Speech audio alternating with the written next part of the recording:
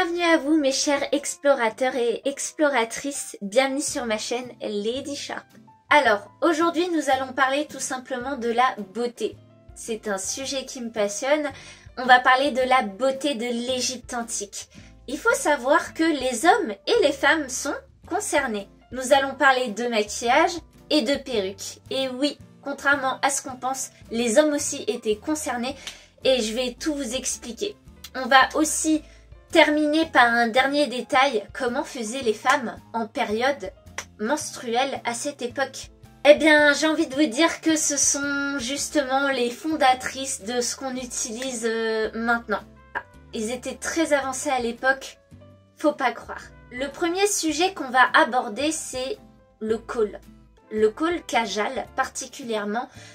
Alors, je ne sais pas si on dit réellement col Kajal, on va juste dire col pour décrire justement ce pigment qu'on mettait autour des yeux qui est très réputé, qui est très renommé et qui donnait toute la puissance et la richesse aux gens qui l'utilisaient. Alors, je vais tout vous expliquer. Il faut savoir que les hommes, les femmes et aussi les enfants l'utilisaient pour une question de protection et d'hygiène.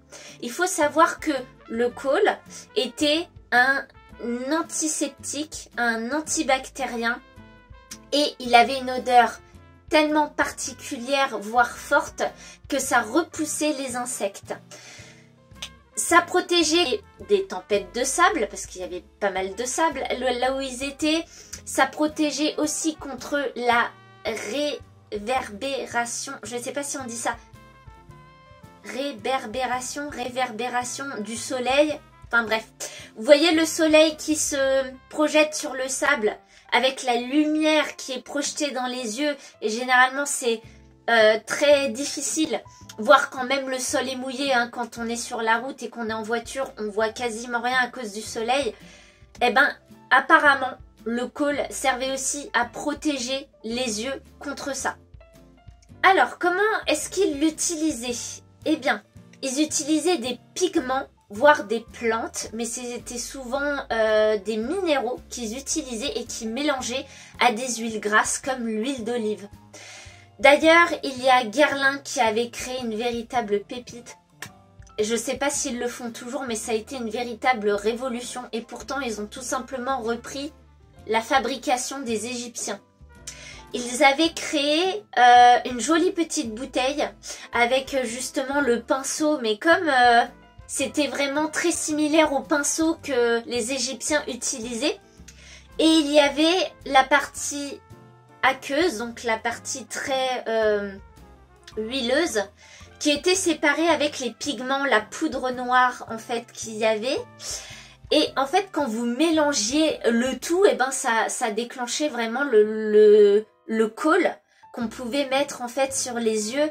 Enfin, c'était vraiment une merveille chez Guerlain. Je sais pas s'ils le font encore, mais c'était une véritable révolution. Enfin, je trouve que c'était une révolution de reprendre le côté ancien. Et puis, comme il y a toute une histoire à l'utiliser, je trouve que ça faisait vraiment sens quand on l'utilisait. Et il était très pigmenté et il tenait très très bien. Je m'en souviens. Donc, pourquoi est-ce qu'ils l'utilisaient aussi? Eh bien, tout simplement, ça permettait aussi d'avoir ce côté divinité, ce côté protection aussi, puisque en fait, l'œil qu'on met en valeur et qu'on étire le plus possible avec le eyeliner de l'époque, en fait, ça faisait référence à l'œil d'Horus, donc l'œil protectrice. Ça apportait la puissance et ça protégeait contre le mauvais œil. Voilà ce que les Égyptiens pensaient quand ils se mettaient le col autour des yeux. Ils faisaient aussi référence aux divinités, puisque les divinités, comme on peut le voir, les dieux et les déesses, voire même les pharaons, donc les gens très importants de l'époque, ceux qu'on voit sur les fresques avec les hiéroglyphes, etc., on voit toujours qu'en fait, ils sont maquillés entourés de col. Et donc, les gens aimaient bien justement se référer à ce genre de choses. Alors, il faut savoir aussi que les gens les plus aisés utilisaient de la galène. Donc, ce sont des minéraux. Et lorsqu'on était un petit peu moins riche, on va dire ça comme ça, et ben on utilisait des plantes. Voilà, et je vais vous donner aussi les astuces en ce qui concerne les perruques, puisque tout le monde aussi n'était pas au même niveau de la société, et comment les gens faisaient en fonction de leurs moyens. Vous allez voir, c'est très intéressant. Alors, j'ai oublié aussi de vous dire que le col autour des yeux pour les Égyptiens a commencé à venir, c'est en fait à l'époque de Nakada III, c'est-à-dire 3100 ans avant Jésus-Christ. Donc vous voyez à quel point c'est quelque chose. Le maquillage, il existe depuis la nuit des temps. Là en ce moment, on vit dans une société où on le diabolise de plus en plus, alors que le maquillage a toujours été quelque chose d'important pour toutes les époques et pour les sociétés. Nous allons parler maintenant des perruques. Alors, les hommes et les femmes étaient concernés.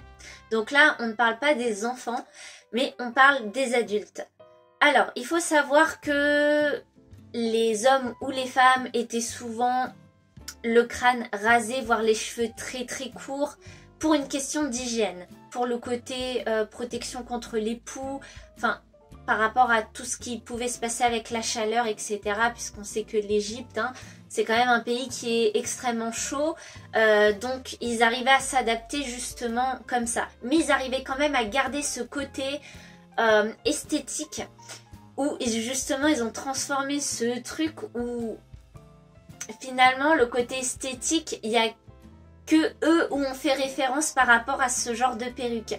Et donc ils utilisaient des perruques non seulement pour le côté esthétique, mais pas que, pour aussi se protéger contre les insolations, contre les coups de soleil. Parce que vu qu'ils avaient les cheveux très courts, voire rasés, c'était extrêmement dangereux de rester comme ça en pleine canicule. Donc c'était comme des sortes de casquettes ou de chapeaux en fait pour eux tout simplement. Donc à peu près niveau du statut social, c'est plus ceux qui étaient vraiment très riches, voire de la noblesse, avec le côté des pharaons, qu'ils utilisaient vraiment des perruques, on va dire fait avec des cheveux humains ou de la laine. Et pour ceux qui étaient vraiment pas du tout dans le côté noble, en tout cas la richesse, pour les gens on va dire comme nous, ils utilisaient souvent soit des crins d'animaux ou de la fibre végétale. Donc c'était sur un support, une forme de bonnet, et en fait c'était tissé de façon tressée. En fait, voilà. C'est comme ça qu'ils attachaient justement les fibres pour justement créer cette perruque.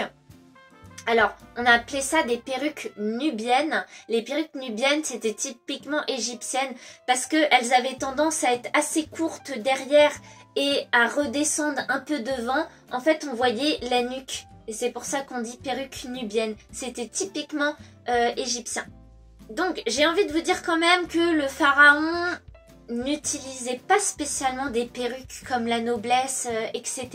Parce que lui, vous voyez, il a une espèce de coiffe assez particulière qui fait qu'on voyait que c'était le pharaon et que ça n'avait rien à voir avec les perruques de la noblesse ou des gens qui l'entouraient, n'est-ce pas? Il y a aussi ce côté où on recherchait le côté des divinités, puisque les dieux et les déesses avaient souvent aussi des coiffes, donc souvent les déesses avaient recours à ces faux cheveux aussi, et ça permettait justement à donner ce côté divin aux femmes, voilà, ou aux hommes, lorsqu'ils portaient la perruque, parce qu'ils avaient l'impression justement d'être au même niveau que les dieux et les déesses. Alors, les perruques pouvaient être vraiment faites de différentes manières. Tressées, bouclées, avoir des coiffures de fou. Par exemple, c'est plus la perruque était extrêmement bien travaillée et on voyait pas ça partout, plus on savait que c'était réellement pour les gens les plus riches, comme Cléopâtre par exemple. Je vais donner un bon exemple pour dans le film, un extrait du film Astérix et Obélix Mission Cléopâtre. À un moment donné, elle a une magnifique coiffe et on voit bien que c'est très travaillé, c'est très... parce que c'était pour Cléopâtre, voilà, tout simplement. Et plus c'était simple, bah plus c'était pour les gens, on va dire comme nous. Voilà. Vous pouvez mettre des perles, des plumes, des bijoux, des coquillages, bref, tout était bon justement pour décorer le mieux et le plus possible les perruques de l'époque. Par rapport aux perruques, on voit bien que les Égyptiens, que ça soit au niveau du maquillage ou au niveau des perruques, on voit bien qu'ils sont...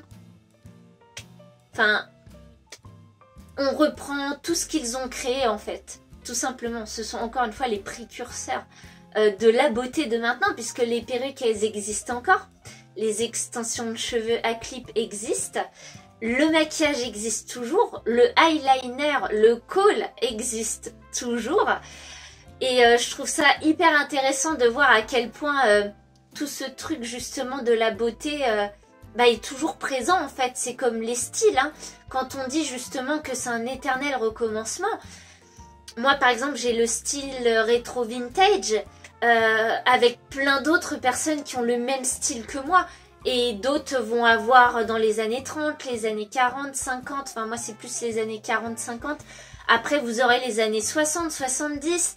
Bref, il y a plein de gens qui n'hésitent pas justement à retravailler ces modes finalement, mais qui ne sont pas du tout démodés, qui reviennent souvent en plus à la mode par la suite. Donc ne jetez rien si vous avez des choses très anciennes de vos grands-parents ou de vos parents, parce que ça peut toujours servir. Et en plus, quand on a vraiment de vraies pièces de l'époque, c'est pépite. Alors, la chose importante aussi, parce qu'il y a pas mal de femmes qui se posaient la question en disant mais comment elles faisaient à l'époque les femmes quand elles avaient leurs règles? Eh bien tout simplement, pareil, on a repris leur invention, encore une fois, c'est-à-dire avec les tampons. Les tampons existaient déjà à l'époque l'Égypte antique. Non mais quand je vous dis ça, même moi j'ai du mal à y croire, mais je peux vous assurer que c'est vrai. En fait, ce que les femmes faisaient, c'est qu'elles utilisaient soit des bandelettes de lin, soit du papyrus humidifié, soit de la laine de mouton qu'elles enroulaient autour d'un petit bâtonnet et qu'elles l'inséraient. Et lorsqu'elles devaient le changer, parce que voilà, à un moment donné, on change. Eh c'est surtout le lin par contre, elle ne le jetait pas. Le lin, ou je ne sais pas si elle relavait la laine de mouton. Je ne pense pas que le papyrus pouvait être resservi, à mon avis non. Mais par contre, ce qui est sûr, c'est que les bandelettes de lin, elle les lavait en fait continuellement. Donc elles en reprenaient d'autres, elle lavait les premiers et puis elle faisait un roulement en fait comme ça. Pour toujours avoir, on va dire, des bandelettes de lin... on va dire plus ou moins propres et bien lavées dès qu'elles le réutilisaient. Elles utilisaient aussi des éponges de mer. Pour celles voilà, qui n'avaient pas spécialement de laine de mouton ou de bandelettes de lin, etc. Elles utilisaient des éponges de mer. Voilà, tout simplement, qui étaient tout aussi efficaces. Et d'ailleurs, les éponges de mer étaient aussi utilisées comme contraception pour éviter effectivement de toujours tomber enceinte. Voilà. Je referai une autre vidéo justement avec mon cher et tendre époux aussi, puisque vous avez été plusieurs à trouver ça super sympa que mon mari soit là. On va refaire une autre vidéo, je pense que ça sera sur Anubis parce que j'ai réussi justement à négocier avec lui. J'ai dit je veux qu'on parle d'Anubis. Voilà, donc on parlera plus ou moins un peu d'Anubis et on verra par la suite. Je dis rien, je dis pas plus. Bref. Je vous embrasse, merci à vous, n'hésitez pas à vous abonner si ce n'est pas encore déjà fait pour plus de vidéos. Je vous dis à la prochaine et en attendant, prenez soin de vous. Bisous!